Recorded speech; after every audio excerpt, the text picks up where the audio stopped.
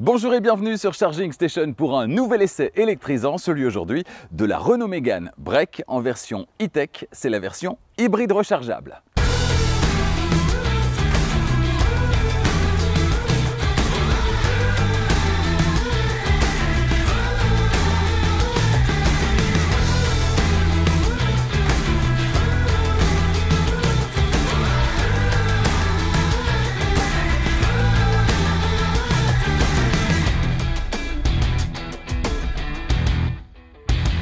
Cet essai vous est proposé par Arval, leasing pour professionnels et particuliers, et Eddy, Electric by D'Ieteren, bornes et solutions de recharge. 4 ans après sa sortie en 2016, la Renault Mégane s'est offert un repoudrage de mi-carrière l'an dernier. Alors les modifications cosmétiques sont plutôt limitées. En termes d'équipement, l'équipement, lui, il a un petit peu progressé. Mais par contre, ce qui nous intéresse aujourd'hui, c'est l'apparition d'une version hybride rechargeable. D'abord sur la version Break, appelée Grand Tour en Belgique et Estate en France. Pourquoi ces différences? Je ne sais pas. Et puis ensuite sur la version Berline. Alors que vaut cette Renault Mégane hybride rechargeable au quotidien? Eh bien j'en ai pris le volant pendant une semaine, la réponse dans cet essai. Mais avant de démarrer cet essai, je vous invite à vous abonner à Charging Station si ce n'est pas déjà fait et à activer la clochette des notifications pour être prévenu dès qu'une nouvelle vidéo électrisante est disponible. Le prochain essai électrisant, eh bien, ce sera dans 2 semaines.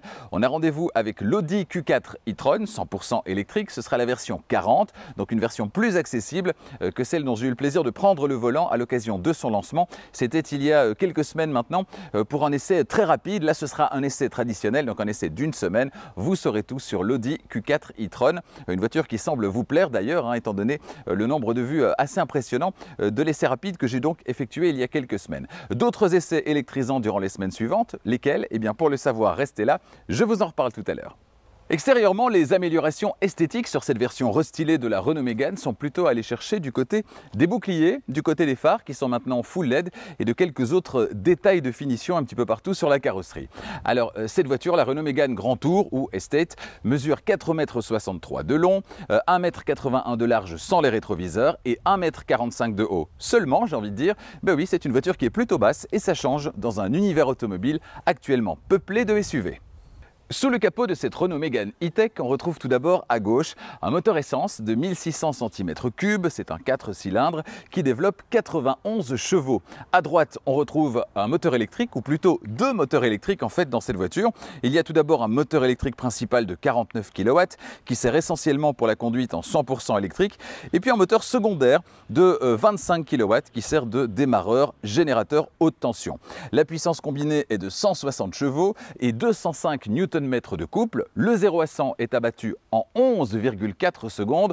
Autant vous le dire tout de suite, cette voiture n'est pas un foudre de guerre. Pour alimenter son moteur électrique, cette Renault Mégane hybride rechargeable peut compter sur une batterie d'une capacité de 9,8 kWh, batterie qui est située sous la banquette arrière et qui doit permettre à cette voiture de rouler en 100% électrique, 50 km, ça c'est en cycle mixte, ou 65 km, ça c'est uniquement en ville. Notez que le mode 100% électrique, le mode pur, on détaillera ça dans un instant, eh bien, est disponible jusqu'à 135 km/h.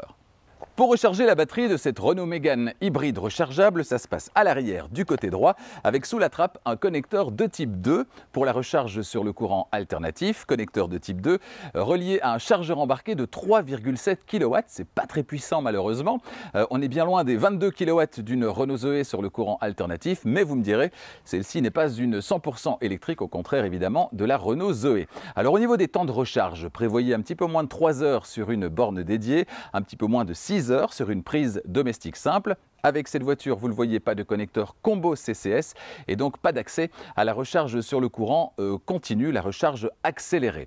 Au niveau du carburant fossile, ça se passe de manière symétrique de l'autre côté avec un réservoir à carburant de 39 litres dans cette voiture. C'est 11 de moins que sur les versions non électrifiées, mais cela dit, a priori, vous y aurez moins recours au carburant fossile. C'est le but, essayer de maximiser les kilomètres parcourus en 100% électrique. Et donc 39 litres, c'est moins, mais ça va tout de même vous permettre d'envisager sereinement des plus longs trajets. Toujours concernant la recharge, vous le savez, Eddy Electric by D'Ieteren, partenaire de Charging Station, propose un écosystème complet autour de la recharge des voitures électrifiées, donc hybrides rechargeables et 100% électriques. Alors chez Eddy Electric by D'Ieteren, vous pourrez vous procurer la carte de recharge qui est gratuite. Pas de frais d'abonnement, Pas de frais d'activation, vous payez uniquement ce que vous consommez et vous l'obtenez en cliquant sur le lien dans la description. Vous pourrez aussi vous faire installer une borne comme celle-ci. Il existe des bornes connectées ou non connectées. L'avantage d'une borne connectée, c'est bien sûr que vous pouvez monitorer votre installation à distance, assurer un suivi de vos consommations, faire des moyennes, etc. Commander la borne à distance et bien plus encore. Si vous voulez plus d'informations concernant toutes les solutions proposées par notre partenaire Eddy Electric by D'Ieteren, surfez donc sur le lien dans la description. Avant de vous parler de l'intérieur, direction le coffre de cette Renault Mégane Break électrifiée, coffre à ouverture manuelle et 389 litres, c'est le volume de chargement une fois la banquette arrière en place. Si vous rabattez complètement la banquette arrière, grâce aux deux petites manettes qui se trouvent ici de part et d'autre, eh bien vous profitez d'un volume de chargement de 1372 litres. Alors 389 litres, c'est 131 litres de moins que sur les versions non électrifiées. Cela dit, ce coffre, il est tout de même très pratique, il est bien large, bien profond. On bénéficie également d'un sous-coffre, ici notamment pour ranger le câble de recharge. Et puis dans ce coffre, on a également droit à une prise de type allume-cigare, ainsi que des petits crochets qui sont toujours bien pratiques. Avant de prendre place au volant, me voici installé sur la banquette arrière de cette Renault Mégane Break version hybride rechargeable. Y est-on bien installé? Alors 1,90 m à l'avant, le siège avant il est réglé comme pour moi. 1,90 m à l'arrière, ça passe. Mais c'est vraiment tout juste. Pour des gabarits moins imposants que le mien, ça ne posera évidemment absolument aucun problème. Pour le reste, au niveau des équipements, on a des petites pochettes à l'arrière des sièges avant. On a les inévitables maintenant en vitre électrique évidemment. Et puis au niveau des connectiques, on a deux prises USB-A, c'est-à-dire une prise USB-A par place principale à l'arrière, ainsi qu'une prise de type allume-cigare. On peut dire que c'est plutôt correct. Au niveau du confort, on sera donc relativement bien installé sur les deux places principales. Par contre, au niveau de la place centrale, on a ce tunnel évidemment de transmission qui se trouve là. On est forcément du coup un petit peu moins bien installé sur la place centrale, comme dans la plupart des voitures évidemment. Si vous n'occupez pas la place centrale, vous pouvez toujours abaisser la coudoir et là le confort il est vraiment très correct. Un petit peu plus d'ailleurs que le confort à l'avant, on en reparle. Quand on s'installe au volant de cette Renault Mégane, elle peut difficilement cacher son âge, même après être passé par la case repoudrage de mi-carrière. À l'intérieur, c'est avant tout fonctionnel, comprenez par là que ce n'est ni moderne, ni technologique à outrance, ni même franchement agréable à regarder, il faut bien le dire. Alors si vous cherchez un intérieur high-tech, passez votre chemin. Son truc à elle, cette Mégane, c'est de vous proposer l'essentiel sans en faire des tonnes. On est ici en présence d'une version RS Line et ça, c'est pas vraiment génial. Alors pourquoi? Parce qu'on est à deux doigts quand même de sombrer dans le kitsch avec ces sièges au dessin un peu désuet, en plus d'être inconfortable, on en reparlera sur la route, et puis ces touches de faux carbone sur le tableau de bord, sur les portières, pas vraiment du plus bel effet. Les matériaux semblent être tout droit sortis des années 90 avec ce plastique rugueux sur le bas de la planche de bord ici, sur le milieu des portières également. Bref, autant vous le dire d'emblée, je trouve ça un peu moche. Et vous, que pensez-vous de cet intérieur? Eh bien, dites-le moi dans les commentaires. Avant de prendre la route, avant de vous décrire plus en profondeur le système d'infodivertissement, eh bien passons en revue l'ensemble du tableau de bord de cette voiture. Alors sur la portière conducteur, on a en partie haute la poignée d'ouverture, en partie intermédiaire, on a les vitres et les rétroviseurs électriques ainsi que le verrouillage centralisé, et puis en partie basse, on a le vide-poche de belle taille d'ailleurs, il faut bien le dire. Au niveau de la partie de gauche sur le tableau de bord, eh bien on a la gestion de la hauteur des phares, le réglage de l'intensité lumineuse du tableau de bord, et puis l'ouverture de la trappe pour le remplissage du réservoir d'essence. Le volant en lui-même, sur la partie de gauche, la gestion du régulateur limiteur de vitesse, et puis en partie de droite, la commande vocale, la gestion de la partie téléphone, et puis la partie ici pour commander la partie intermédiaire, la partie centrale de l'écran instrument sur lequel on va revenir dans un instant. Derrière le volant, on a ce traditionnel Commodo supplémentaire typique à Renault qui, voilà, n'est peut-être pas le plus moderne du monde, mais en tout cas a le mérite d'être plutôt pratique, puisque du bout des doigts, on peut commander l'ensemble des fonctions audio ici en l'occurrence, et c'est plutôt efficace. Au niveau des commodos, rien à signaler. Au niveau de l'écran, l'écran numérique de 10 pouces, c'est l'écran instrument, dont la partie centrale est donc personnalisable. On a un système de menus horizontaux et de menus verticaux assez traditionnel, il faut bien le dire. Donc en appuyant ici, on va effectivement naviguer ici entre les menus de manière horizontale. Voilà, et une fois qu'on se retrouve sur un menu qui contient une succession de sous-menus, comme ici par exemple, eh bien, on va pouvoir naviguer, voilà, pour avoir plusieurs affichages, par exemple ici, quand on est sur le menu voiture, on va là aussi pouvoir naviguer pour avoir plusieurs informations de consommation moyenne, instantanée, etc. etc. Donc c'est assez efficace, c'est pas nouveau, hein, franchement, c'est ce qu'on retrouve sur la plupart des combinés similaires dans d'autres marques également, mais ça fonctionne, on va le dire, plutôt bien. Alors, le deuxième écran, l'écran central EasyLink de 9,3 pouces, on va y revenir dans un instant. Et puis, au-dessous de l'écran, on va retrouver la partie consacrée au chauffage et à la climatisation qui est bizone sur cette voiture. On a les feux de détresse et on a également le témoin d'activation du verrouillage central qui se trouve ici. Juste en dessous, on a une ligne de boutons supplémentaires avec le bouton EV, le bouton qui va vous permettre d'activer le mode pur, hein, donc le mode 100% électrique. On a l'alerte de sortie de voie et puis on a l'assistant de parking également disponible sur cette ligne de boutons. Quand on descend encore, qu'est-ce qu'on a? Eh bien, on a un vide-poche ici, qui est d'assez belle taille, il faut bien le dire, et puis on le voit, de la connectique, entrée auxiliaire, deux prises USB-A ainsi qu'une prise de type allume-cigare. On va se retrouver ensuite dans la zone entre les deux sièges avec le sélecteur de vitesse, les positions traditionnelles plus une position B sur laquelle on reviendra sur la route. On a ensuite le bouton Multisense qui va vous permettre d'accéder au menu ici avec les différents modes de conduite, mode d'entraînement, etc. qu'on détaillera sur la route. On va se remettre sur l'écran de base, voilà. On a ensuite le frein à main qui est électrique et l'auto-hold, c'est-à-dire la possibilité pour la voiture de se maintenir à l'arrêt quand vous lâchez le pied du frein. Quand vous êtes à l'arrêt, évidemment, la voiture ne va pas ramper comme une voiture traditionnelle à boîte automatique. Si vous activez le auto-hold, la voiture va donc se maintenir sur place et vous pouvez soulager le frein sans que la voiture n'avance. On a ensuite un tout petit vide-poche pour mettre des pièces par exemple, et puis sous ce volet, on a deux porte-gobelets ainsi que évidemment sous l'accoudoir ici entre les deux sièges, eh bien, on a un espace de rangement qui est relativement profond sans être démentiel non plus. Voilà pour l'intérieur de cette Renault Mégane hybride rechargeable. Je vous propose à présent de nous attarder un petit peu plus sur le système d'infodivertissement. Quelques mots à présent à propos du système d'infodivertissement. Alors cet écran, c'est l'écran EasyLink de 9,3 pouces sur lequel on va retrouver des parties fixes et des parties qui sont modulables. La partie inférieure est toujours présente avec le bouton d'activation, le bouton d'appel des sous-menus, on ira dans un instant, le bouton Home, hein, on y est ici, et puis le volume plus et moins. Donc ça c'est en permanence visible, tout comme la partie supérieure avec la température extérieure, avec également l'heure et puis ici au-dessus des fonctions, notamment quand vous activez Apple CarPlay. Eh bien, vous allez avoir, si vous n'êtes pas sur Apple CarPlay, vous allez avoir le petit bouton raccourci Apple CarPlay ou Android Auto qui va se retrouver ici au-dessus.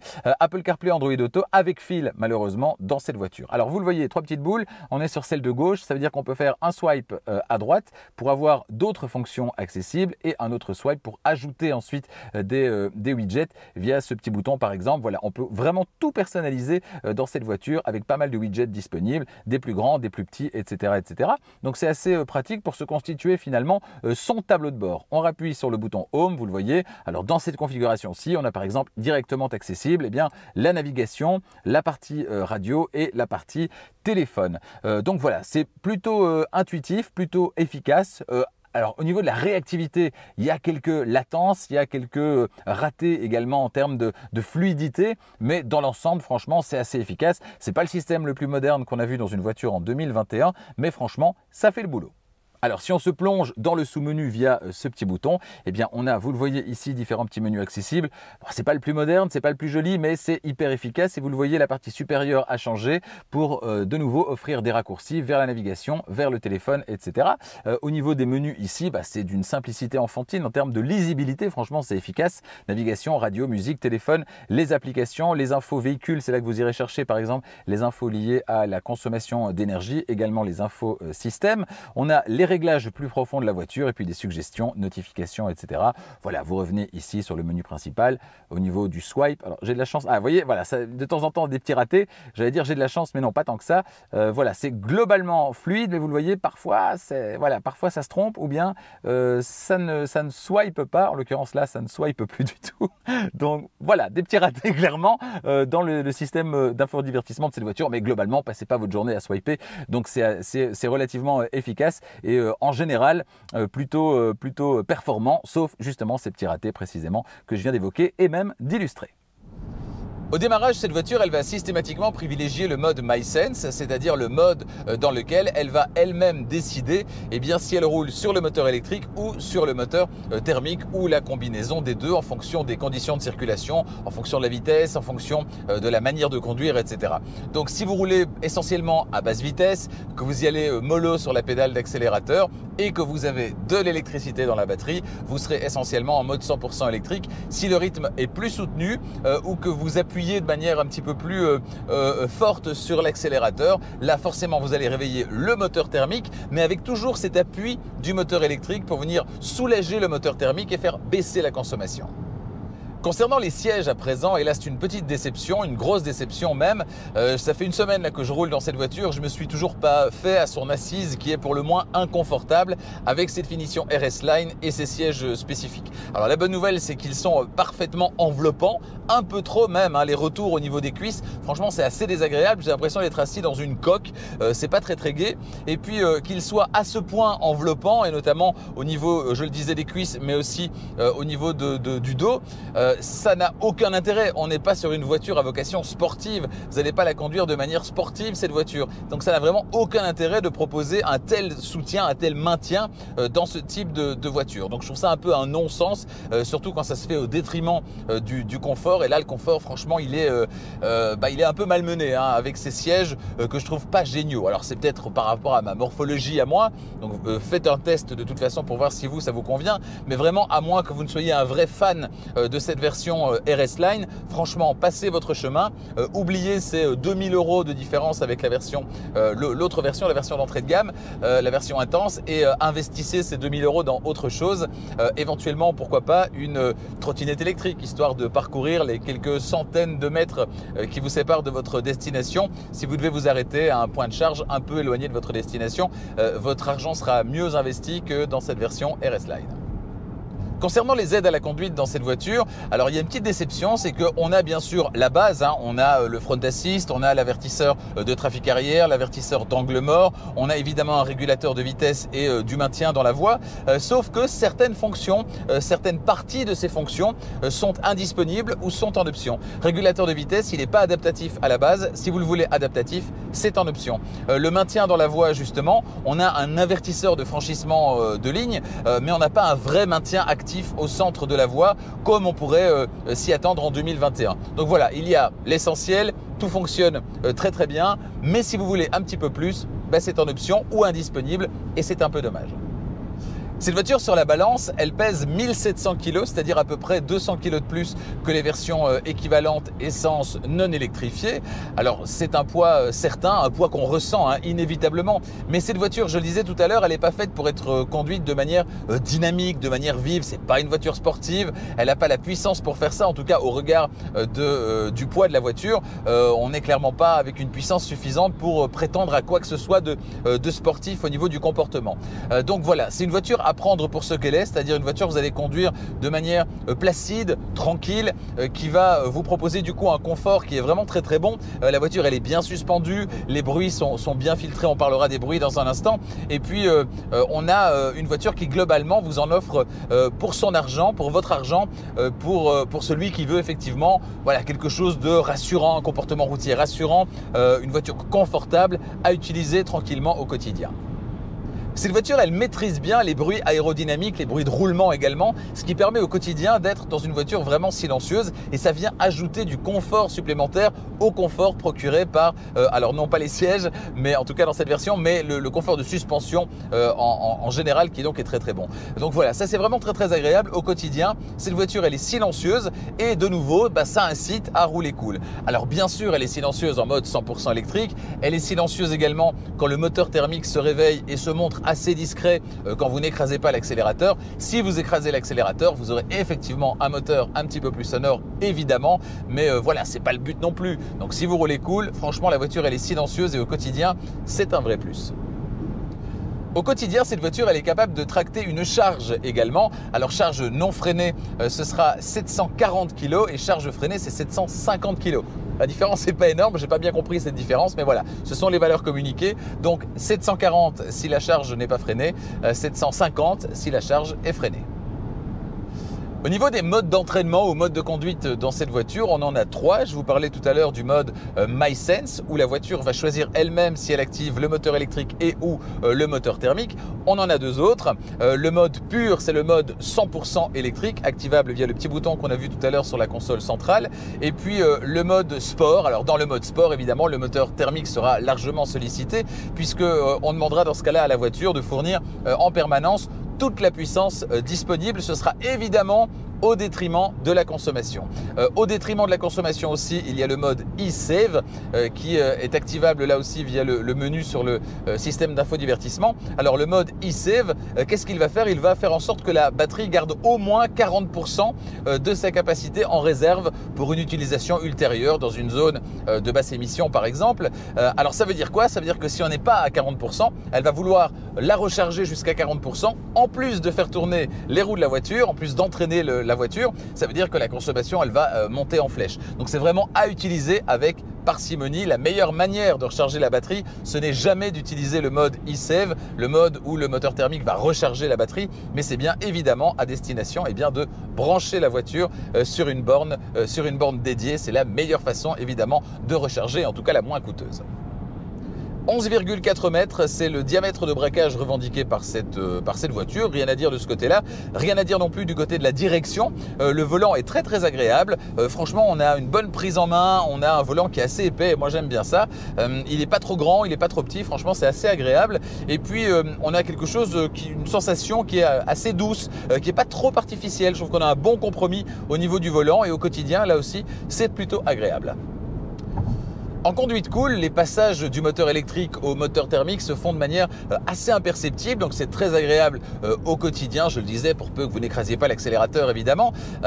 Sur la boîte de vitesse en particulier, c'est une boîte de vitesse à crabot, sans embrayage, boîte de vitesse multimode, qui est une solution technique innovante proposée par Renault. Alors c'est pas inintéressant, mais c'est pas parfait non plus. Il y a quand même quelques à-coups de temps en temps, alors il faut s'y faire, il faut parvenir à jouer avec la boîte de vitesse finalement et à sentir la voiture, ce qu'on arrive à faire au bout de quelques temps.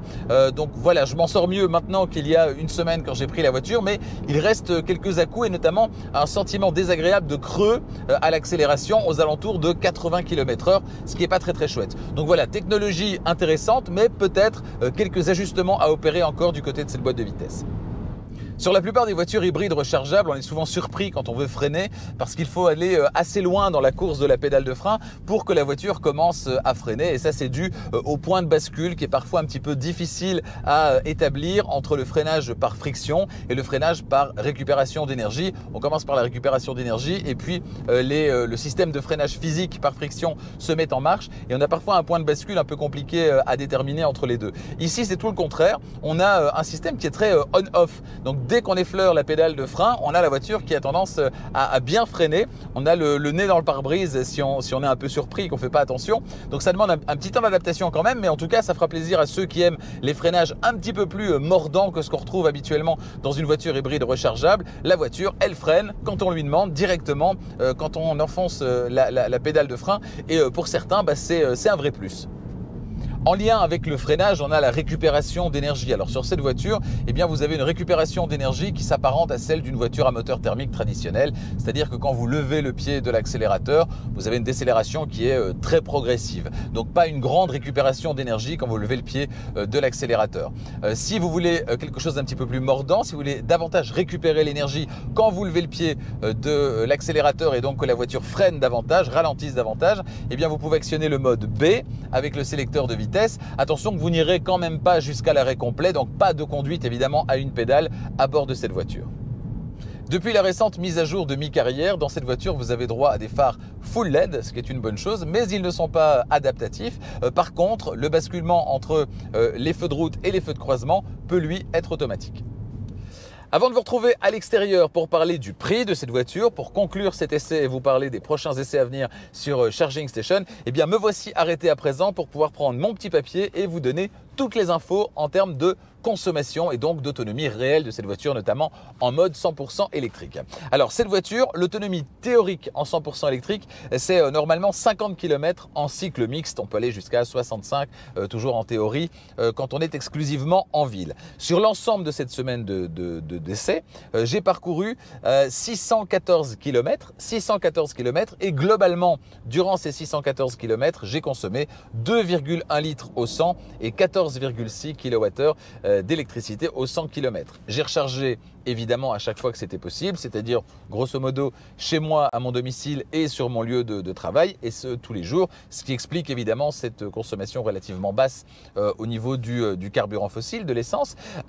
Pour le reste, combien de kilomètres ai-je pu parcourir sur une seule charge de batterie? Donc on rappelle 50 km théorique en mixte, 65 en ville exclusivement. Eh bien je suis parvenu à 35 km, dont 20 km d'autoroute lors d'un premier essai.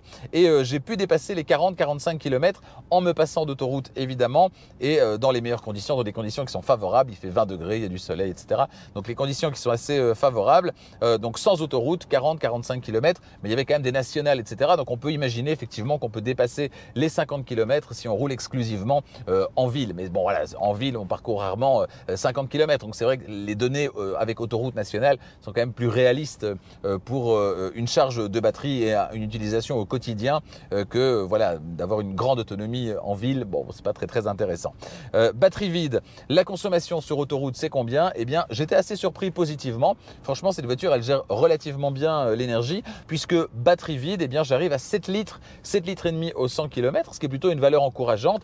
7 litres et demi, c'est pas une consommation démentielle, c'est ce que consomme un SUV moyen qui n'est pas électrifié. Un SUV moyen essence va consommer à peu près voilà, cette valeur-là, 7 litres à 7 litres et demi. Alors on n'est pas dans un SUV évidemment, on a quelque chose de plus fluide au niveau du coefficient de pénétration dans l'air, mais on est quand même dans une voiture qui est très lourde, qui embarque des batteries, etc.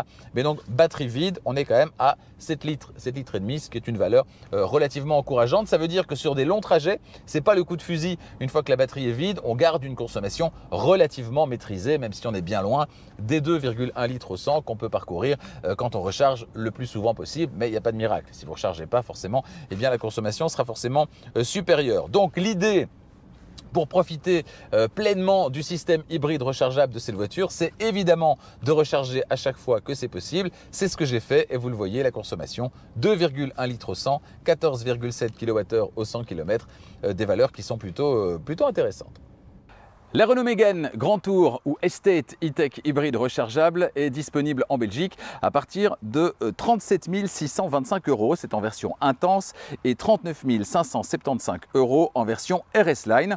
En France, les prix de base sont de 40 200 € en version intense et 42 200 € en version RS Line.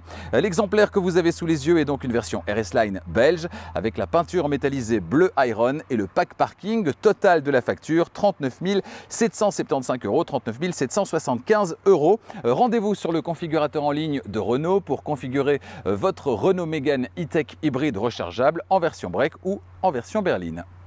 Tant en Belgique qu'en France ou ailleurs, vous le savez, des incitants fiscaux ont été mis en place autour de la voiture électrifiée, donc hybride rechargeable ou électrique. Des incitants fiscaux qui sont un peu différents suivant les pays et les régions, mais qui dans tous les cas favorisent évidemment l'usage de la voiture électrifiée. Alors en surfant sur le site internet de notre partenaire, c'est arval.be, eh bien vous découvrirez toutes les formules, tout compris pour les professionnels et les particuliers.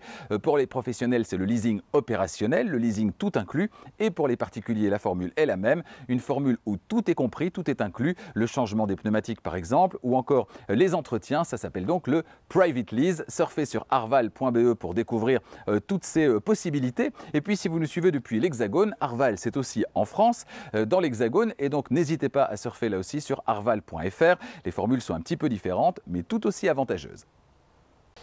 Plutôt difficile à rentabiliser pour un particulier, cette voiture n'est pas non plus la plus sexy actuellement disponible sur le marché. On se rappelle qu'elle est tout de même sortie en 2016. Il n'en reste pas moins vrai que cette Mégane Grand Tour ou Estate s'adresse à un certain public et ce public, eh bien, c'est celui des flottes d'entreprises. Là où elle va permettre de voyager en silence, de manière confortable, tout en maîtrisant les coûts d'utilisation. Alors elle est incapable de déclencher un coup de cœur avec son intérieur un petit peu daté. Par contre, elle se révèle être plutôt économe en énergie et c'est bien ce qu'on demande à cette version hybride rechargeable. Inutile dès lors de dépenser plus pour vous offrir la version RS Line. Vous l'aurez compris, je ne suis pas vraiment fan. Pour moi, c'est un petit peu kitsch. Mettez plutôt une partie des près de 2000 € de différence de prix dans une trottinette électrique, comme je le disais tout à l'heure, pour les cas où vous devrez recharger un petit peu plus loin de votre destination. A bientôt sur Charging Station pour d'autres essais électrisants. Dans 2 semaines, je vous le disais tout à l'heure, on a rendez-vous chez Audi avec le Q4 e-tron en version 40. Et puis on ira chez Ford avec 2 essais électrisants hybrides rechargeables. Le premier, ce sera le Ford Explorer, gigantesque SUV 7 places, concurrent direct du Kia Sorento 7 places, lui aussi, essayé récemment sur Charging Station. Certains d'entre vous voulaient pouvoir les comparer avec donc un essai de l'Explorer. Eh bien, ce sera donc chose faite dans les prochaines semaines. Toujours chez Ford, on ira ensuite essayer le Ford Kuga, plus modeste en termes de taille évidemment. Ford Kuga lui aussi en version hybride rechargeable. Alors pour toutes ces bonnes raisons, abonnez-vous à Charging Station si ce n'est pas déjà fait. Vous êtes nombreux à le faire tous les jours et ça me fait énormément plaisir. Et puis activez la clochette des notifications pour être prévenu dès qu'une nouvelle vidéo électrisante est disponible. Et vous l'aurez compris, il y en aura encore beaucoup durant les prochaines semaines avec aussi pas mal de surprises. On en reparlera. À bientôt.